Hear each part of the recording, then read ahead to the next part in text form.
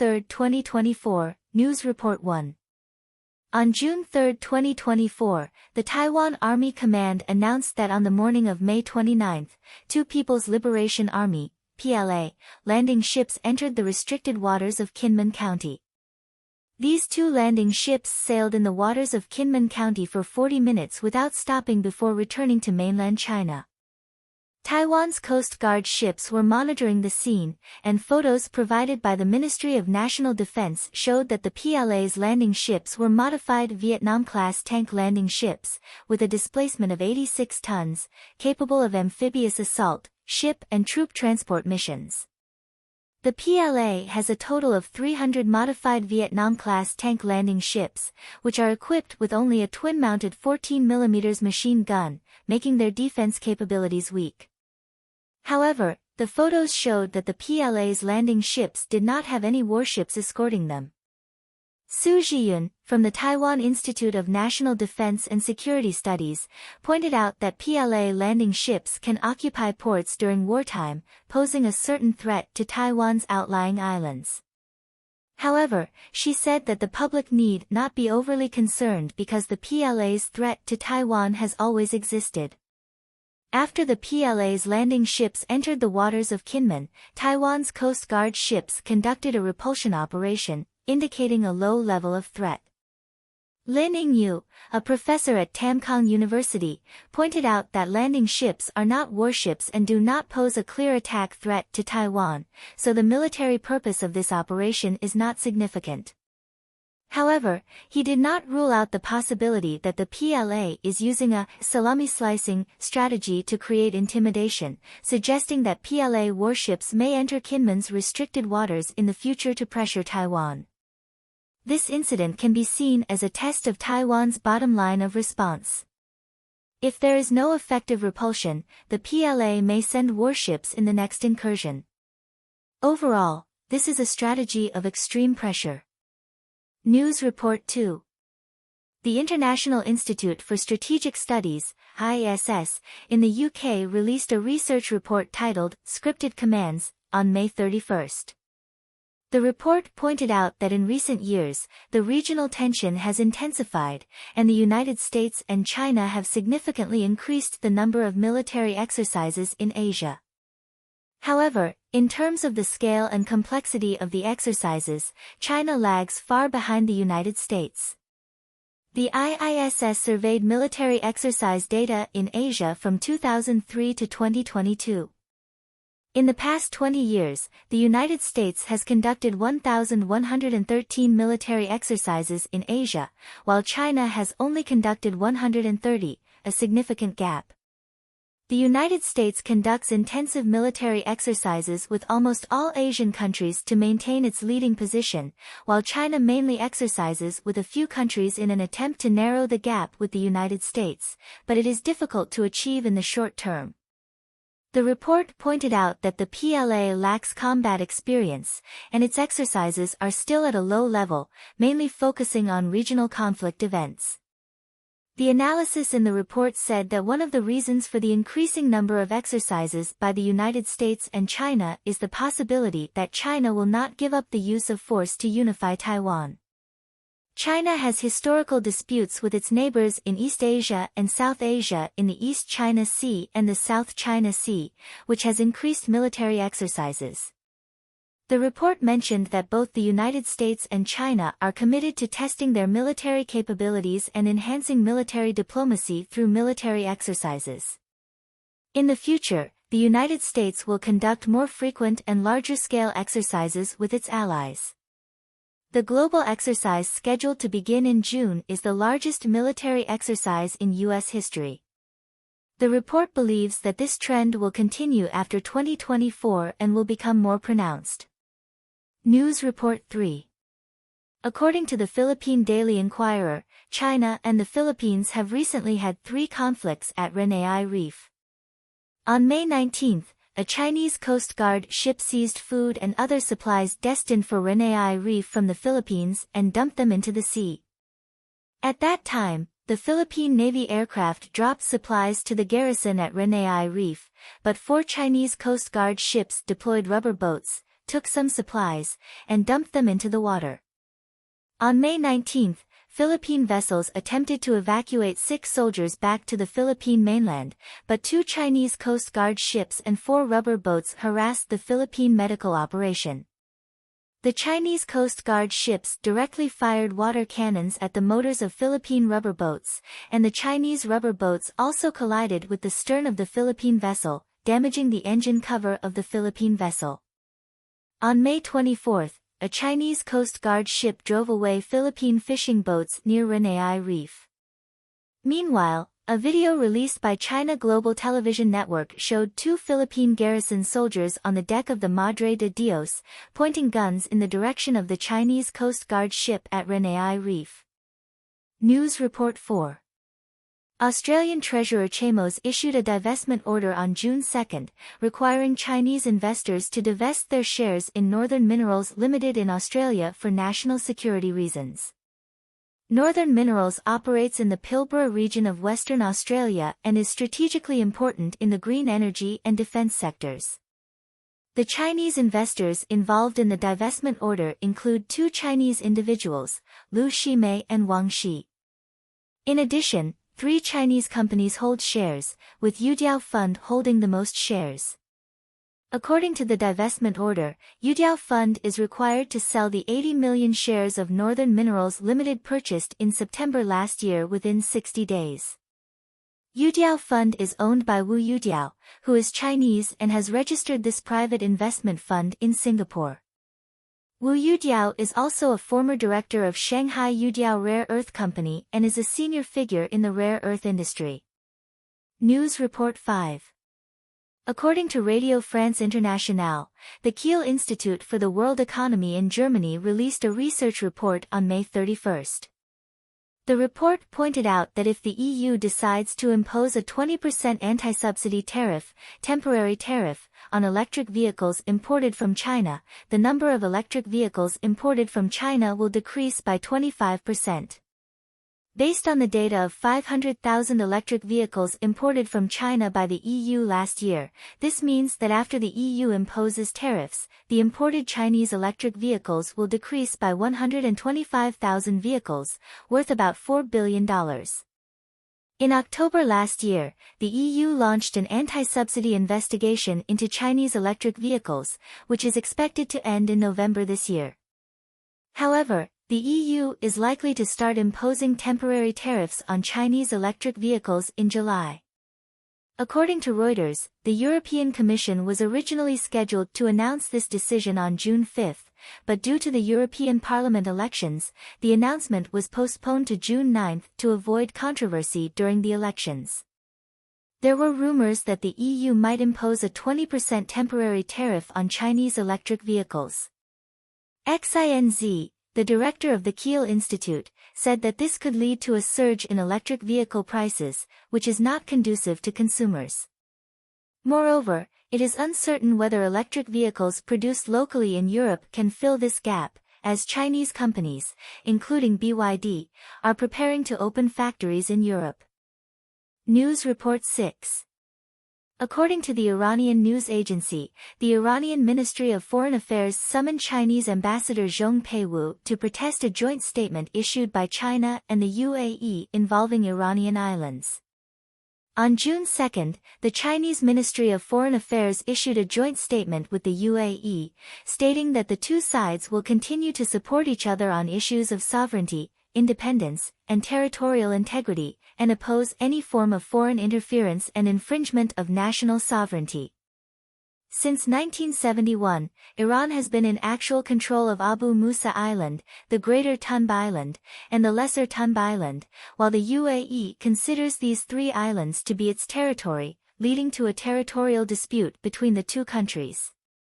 Iranian media reported that the Iranian Ministry of Foreign Affairs emphasized to Ambassador Zhong Peiwu that these 3 islands are a permanent part of Iran's territory and hoped that China would change its position on this issue. It is rare for Iran to summon the Chinese ambassador to protest. In 2016, China and Iran announced the establishment of a comprehensive strategic partnership, and their relationship is very close. According to data released by the Chinese Ministry of Foreign Affairs, bilateral trade between China and Iran reached $14.6 billion last year, mainly in Chinese exports to Iran and purchases of oil.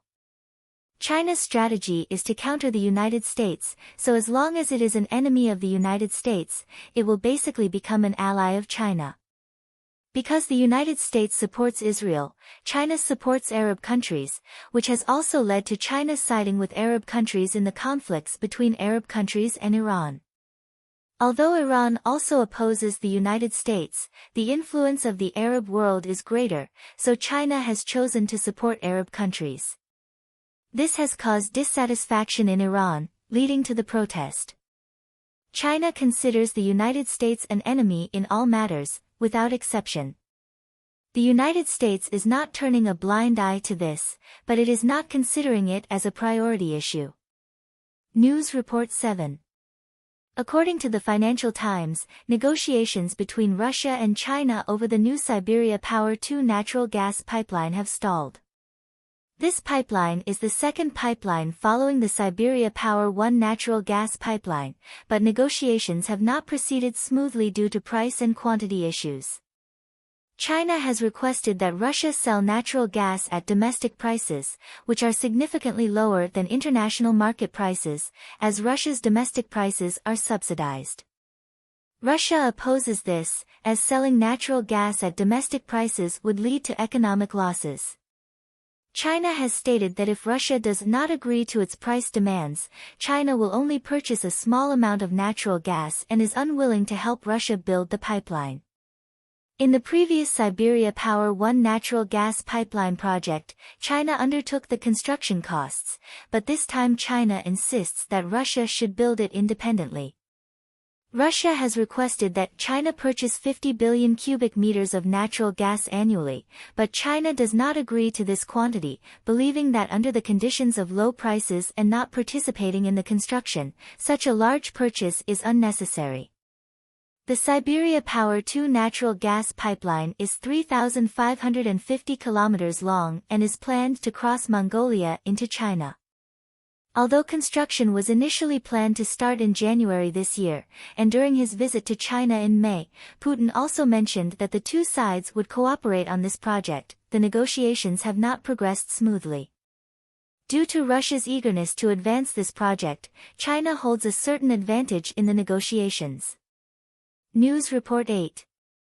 On May 28, the Chinese Ministry of Finance issued a notice announcing that the central government will provide 6.44 billion yuan in subsidies for the scrapping old cars and buying new cars policy this year, while local governments will subsidize 4.76 billion yuan, totaling 11.2 billion yuan. From May 28 to the end of this year, consumers who scrap old cars and purchase new cars can receive a subsidy of up to 10,000 yuan. The Ministry of Finance stated that the purpose of this subsidy is to further expand automobile consumption by scrapping and renewing old cars. Based on the subsidy of 10,000 yuan per vehicle, this central and local government subsidy of 112 billion yuan can support approximately 1.12 million vehicles to be scrapped and replaced, and the actual number may exceed 1.2 million vehicles, as the subsidy amount for some vehicles may be less than 10,000 yuan. Last year, China's car sales reached 30 million vehicles, and the 1.12 million vehicles subsidized represent about 3% of last year's sales. However, the subsidy of 10,000 yuan per vehicle is not considered high, as there are not many vehicles priced below 100,000 yuan. This year's Scrapping Old Cars and Buying New Cars policy aims to scrap 3.78 million old cars throughout the year, and it is clear that the subsidy amount will not cover all scrapped vehicles. Additionally, in mid-May, the Ministry of Industry and Information Technology issued a notice launching the Electric Vehicles Going to Rural Areas activity, promoting the replacement of old cars with new ones, and installing charging facilities in rural areas. This Going to Rural Areas electric vehicle campaign covers 99 models. This policy is mainly aimed at promoting the consumption of electric vehicles in rural areas, but considering the economic conditions of rural residents, it may be difficult to implement on a large scale. Overall, although the government is promoting the replacement of old cars with new ones and electric vehicles to rural areas through fiscal subsidies, the actual effect remains to be seen. News Report 9. According to the First Financial, data recently released by the Ministry of Agriculture and Rural Affairs shows that as of the end of May this year, wholesale beef prices have fallen by 18.4% year-on-year. The price of beef in Beijing supermarkets has dropped to less than 15 yuan per kilogram, and the price of frozen beef on e-commerce platforms is even lower, with the price of beef brisket dropping to below 25 yuan per kilogram. A report from the China Animal Agriculture Association pointed out that last year, China's beef production was 7.53 million tons, an increase of 4.8% year-on-year. Imported beef was 2.74 million tons, an increase of 2% year-on-year.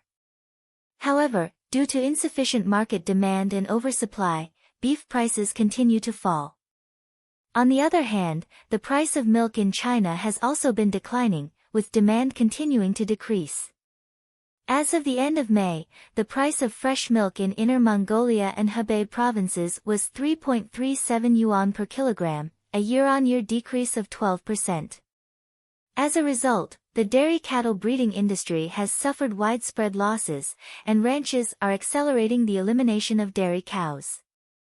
These culled dairy cows are slaughtered and enter the beef market, further increasing beef supply. Industry insiders in the dairy cattle breeding industry stated that since last year, China's dairy cow inventory has decreased by 1 million head. This situation has led to a sufficient supply of beef in the beef market and continuous price declines. The continuous decline in beef and milk prices reflects the sluggish demand in the Chinese market, and consumers' declining purchasing power has reduced beef consumption. The continued decline in beef and milk prices will exacerbate China's deflation problem. News Report 10. According to reports, on June 3, the Tokyo Metropolitan Police Department issued a wanted order to apprehend a Chinese man who vandalized and urinated on a stone pillar at the Yasukuni Shrine in Tokyo. According to the Tokyo Metropolitan Police Department, the Chinese man painted the word toilet in red paint on the pillar and urinated on it on the night of May 31, then immediately left Japan and returned to China. The Chinese man, whose online alias is Ironhead, is a Chinese internet celebrity. He posted a video of himself vandalizing the Yasukuni Shrine on Xiaohongshu, a Chinese social media platform. In the video, Ironhead stated that since the Japanese government allows the discharge of sewage, can't they do anything? He claimed that he would give the Japanese government a taste of their own medicine. Ironhead had previously posted a series of videos exposing the education and training industry and admitted to soliciting prostitution on January 12 of this year. His accounts on Douyin, Kuaishou, and Weibo have all been banned. Wu Jianghao, the Chinese ambassador to Japan, once described Japan as a fire pit, claiming that the Japanese government is leading the Japanese people into a fire pit, which has sparked anger in various sectors of Japan. The Japanese parliament even demanded Wu Jianghao be expelled. News Report 11. According to Hong Kong News Channel, on the evening of June 3, near Muside in Beijing, a large number of police vehicles and plainclothes personnel took over from the People's Liberation Army's martial law forces involved in the June 4 incident and deployed along Muside towards Tiananmen Square. Muside is one of the areas along the Tiananmen route with the highest casualties. It was reported that on the evening of June 3, there was an armed conflict in Muside, resulting in fatalities. There are personnel on guard at the entrance of Muside subway station, and the police have set up roadblocks, especially on West Chang'an Street near Tiananmen, to inspect passing vehicles. Tiananmen Square has been closed for visits from May 25 to June 15, and the reservation website was closed on June 3, with personnel not allowed to enter Tiananmen Square from June 4 to June 15. Relatives of the victims of the June 4 incident revealed that on the morning of June 4, the Public Security Department would send vehicles to take them to the cemetery for worship, similar to last year's arrangement. Radio Free Asia reported that several universities in China recently issued notices prohibiting various gatherings and activities on June 4, requiring all class activities to be reported a week in advance, and class teachers and teachers were not allowed to inform students or post any network information on public platforms. If the measures are to be lifted, they will be notified separately. On the other hand, as the 35th anniversary of the June 4 incident approaches, Chinese people around the world are holding commemorative activities.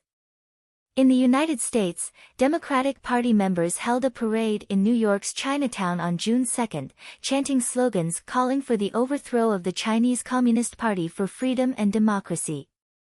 In the UK, Hong Kong residents living in the UK held a June 4 commemoration rally in London, Manchester, and other places on June 2, expressing that they will cherish Hong Kong more when it loses its freedom, and protesting that Victoria Park has been reserved by pro-China groups for the second consecutive year, banning morning activities.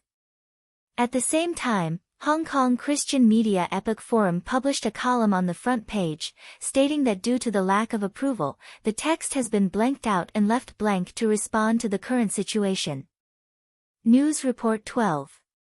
The Hong Kong Government Census and Statistics Department released retail data for April, showing that Hong Kong's total retail sales were 29.6 billion Hong Kong dollars, a year-on-year decrease of 14.7%.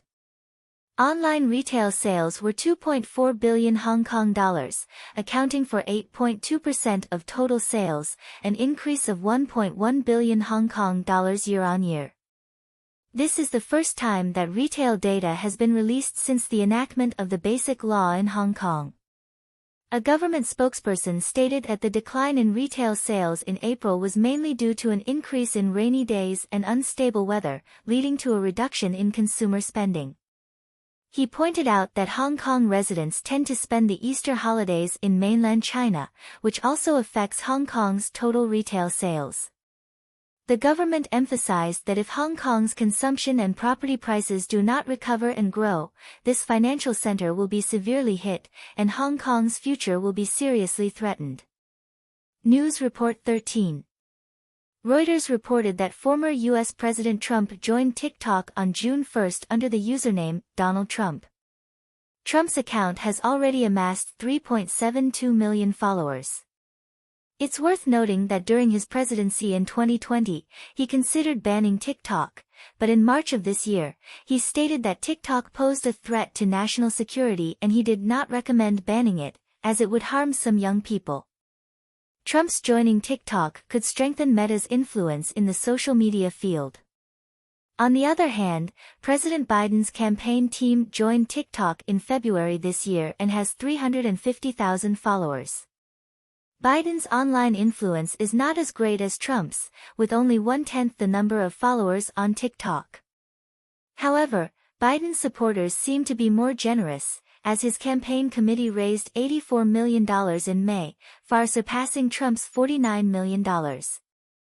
Trump's campaign team stated that 30% of online donors were new, indicating an expanded source of funds. The New York Times reported that Trump's campaign team issued a statement on May 31, stating that after the verdict on May 30, they raised $52.8 million within 24 hours, breaking the Republican Party's online fundraising record. This move narrowed the gap in campaign funds between Trump and Biden. However, polls released by Reuters and Ipsos show that Trump's conviction in the defamation case has lowered his support among registered voters. The latest poll shows Biden with a 41% approval rating, compared to Trump's 39%. Biden is only leading by 2 percentage points, which is within the margin of error, so it is not significant. There are 5 months left until the 2024 U.S. presidential election, and 20% of voters are still undecided. News Report 14. The National Electoral Institute of Mexico announced on June 3 that the ruling party, the National Regeneration Movement, Morena, won the presidential election in Mexico, making Jimena Salmon the first female president in Mexican history. Salmon received between 58% and 60% of the vote, far ahead of her competitors. The candidate of the opposition coalition, Gaves, received between 26% and 28% of the vote, while the centrist candidate, Tadeo, received between 9% and 10% of the vote. Salmon, 61, was born in Mexico City and graduated from the National Autonomous University of Mexico with a PhD in physics. She is an energy engineer, and her ancestors were Jews who moved from Eastern Europe to Mexico before World War II. Salmon is seen as a political protégé of Mexico's current president, López. In 2006, she joined López's presidential campaign team as a spokesperson. From 2018 to 2023, Salmon served as the mayor of Mexico City, where she promoted López's governing principles and social welfare projects, gaining a lot of political capital and public attention. Salmon will be inaugurated on October 1 for a 6-year term, until 2030.